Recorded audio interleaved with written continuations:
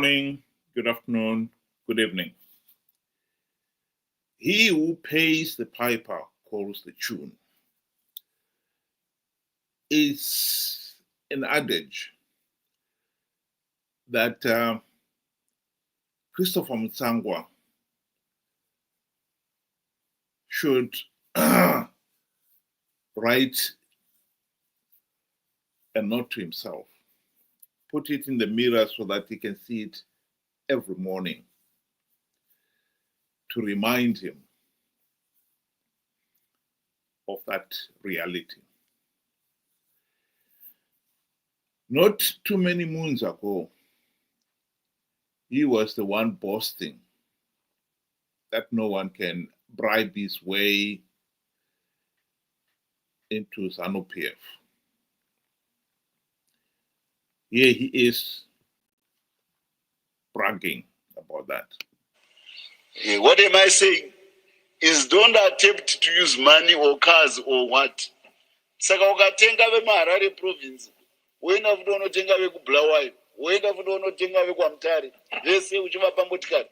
Uchienda uchinotenga vekumaCentral, uchienda uchinotenga vekuMat North, unotenga kuMash West, iwe Mash East, uchingotenga. Ini chinoda yo Maria ndikutaura yakabva pano pabuilding. Because this is where that money was created. We have no illusions about where people got the money from. Because in Ian Smith's time, hapana vanhu vanga vane mari dzakararo. Dzakabva kune Zanu PF. So we know where money comes from. It comes from this building. Don't think we don't know the origin of money making in Zimbabwe. Tinokuziya pano ndopa inobva. Saka kana tichiziya mwena wemari yacho kwainobva, don't try to use the same money against this party or its population or its voting public. Inokupandukira mari iyoyo. I want to be very candid with you. Because toziya kuti inobva papi? Inobva pano ndopakacreatwa mari vanhu vese ava. Dzanga dziri tsuro mazuva evarungu. Vane mari vese ava. Vakaitwa neZanu PF. So the first thing they should do is to respect the party which made them be what they are and not try to use the money whose origin is the stewardship of this party and the way it has run this economy. Then you try to spend that money and boomerang, make it boomerang against that party. No, it won't work. This I can assure you, it won't work. And I'm speaking exactly as the spokesperson of the party. I want the population of Zimbabwe to be confident that the Zimbabwe, as Zanu PF as a mass party, will not compromise on the integrity of the vote as the only way we express leadership in this country. That's what I want to tell you. Any other system which tries to subvert the vote by material means, inducement, or by money, it won't work. Well, I think Watermouth this time was silenced because the man he was accusing of trying to buy his way into Zanu PF, Tagwirei, is now in the central committee of the party. And it is common knowledge that it was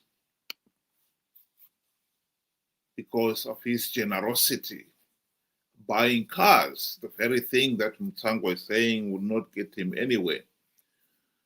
Buying cars and other gifts to all the key people. Like it or not, Zanu PF is now being dictated to by those who have got the money. As much as Zanu PF can boast that it has created some of our big looters, Gananda, the truth of the matter is the party is now being controlled by the same Gananda. Here is Wicknell Chivayo boasting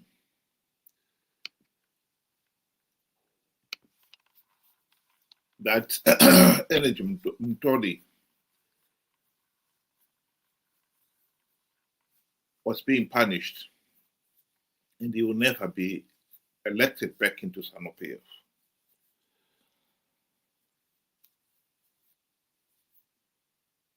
For the sake of completeness, Mtoli was the chairperson of the parliamentary committee that was demanding that the secretary, the Minister of Finance, should account for some of the corruption that was taking place in that ministry. This was on the backdrop of the same secretary's daughter having a wedding in South Africa that costed a cool $2 million US.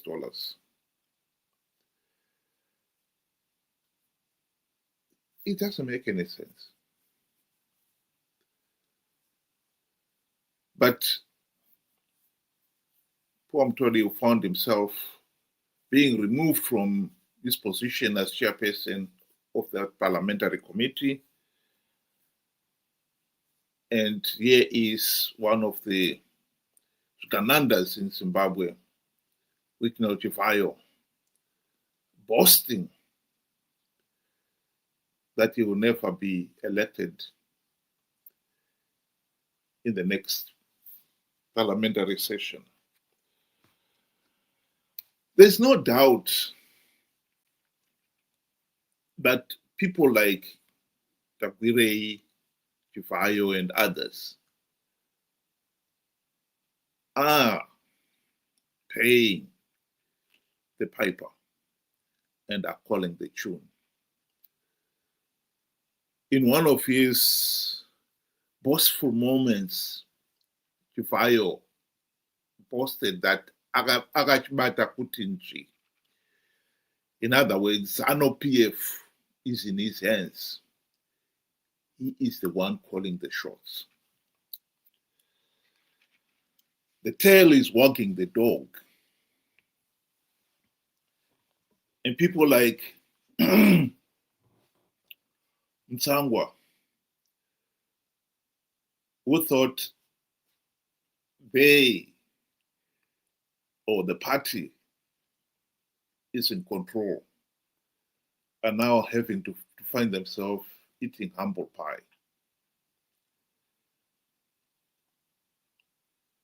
The truth of the matter is Zimbabwe, the state of Zimbabwe has been captured. People have often talked of state capture. This is it. The state has been captured in Zimbabwe. The looters have got so much wealth, they now dictate who governs Zimbabwe.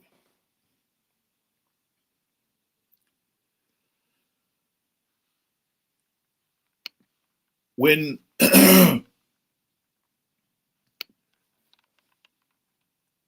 Blessed Geza in January this year dismissed Mnangagwa's ED 2030 as bullshit, it struck an accord with the people of Zimbabwe, because all know that all this talk about Mnangagwa is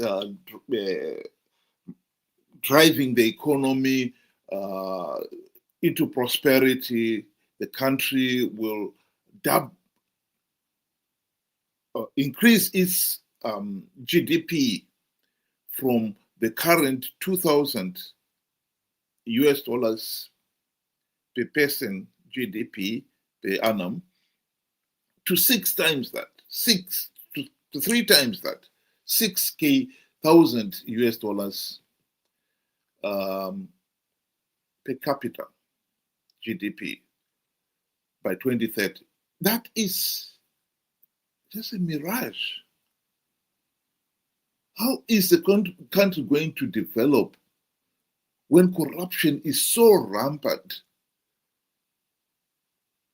that revenue that should go into the state to develop the country is being looted? The documentary Gold Mafia in 2023 showed that of the 2 billion US dollars in gold revenue per year, 80% of it was being looted. In other words, instead of going to the state coffers for the good of all, it was going to individuals who don't even pay tax on their loot. And worse still, who use that looted wealth to bribe and corrupt the nation's institutions.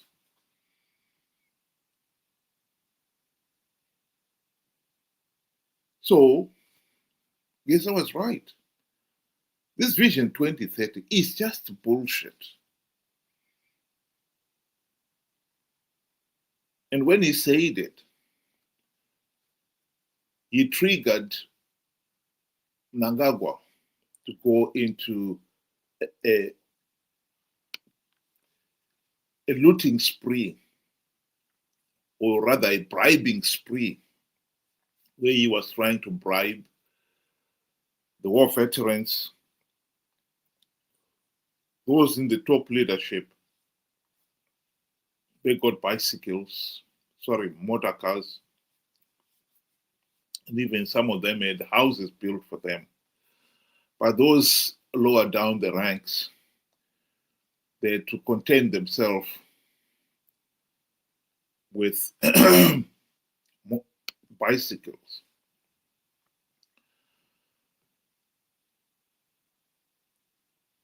It's shocking that you're buying somebody a bicycle. Some of these war veterans would be 60 years plus. And if he had never learned how to ride a bicycle, you expect him to start learning then? It was just to silence them, because he knew that Blessed Geza had touched a raw nerve. People knew this country is going nowhere, but he had to bribe them. And this has been Zanu PF's policy. And Mnangagwa has used his skanandas to do the bribing for him. And they've stepped in with enthusiasm. The likes of Chivayo is well known for giving cars to people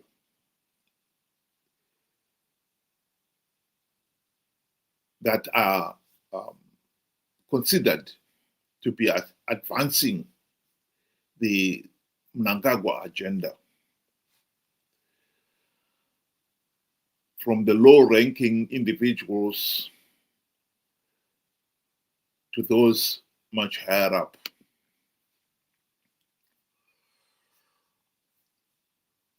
And Tagwirei has played his part in all that. These two individuals, like it or not, they are the ones calling the tune in Zimbabwe. Not only in Zanu PF, in Zimbabwe.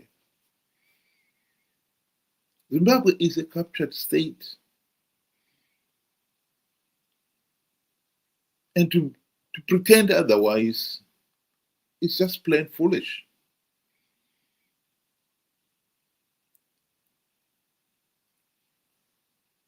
Right now, with the way things are going, there is, of course, the resolution that was passed by the party last week or this last weekend, on Saturday, the ED 2030. Plan A of that ED 2030 is Mnangagwa will stay in power until 2030. Plan B, if the party cannot change or somehow find ways of making sure that Mnangagwa stays in power beyond 2028, is to go into the 2028 elections, and it is widely believed that the Zanu PF candidate for that election would be none other than Tagwirei.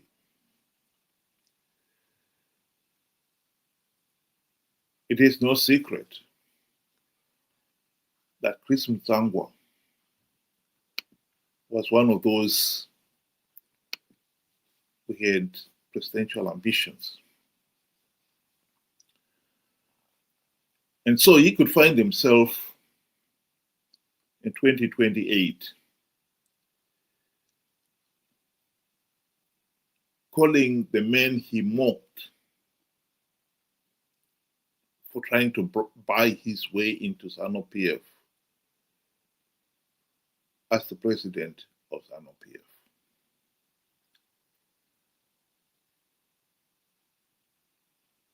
Talk of eating humble pie. That is eating humble pie.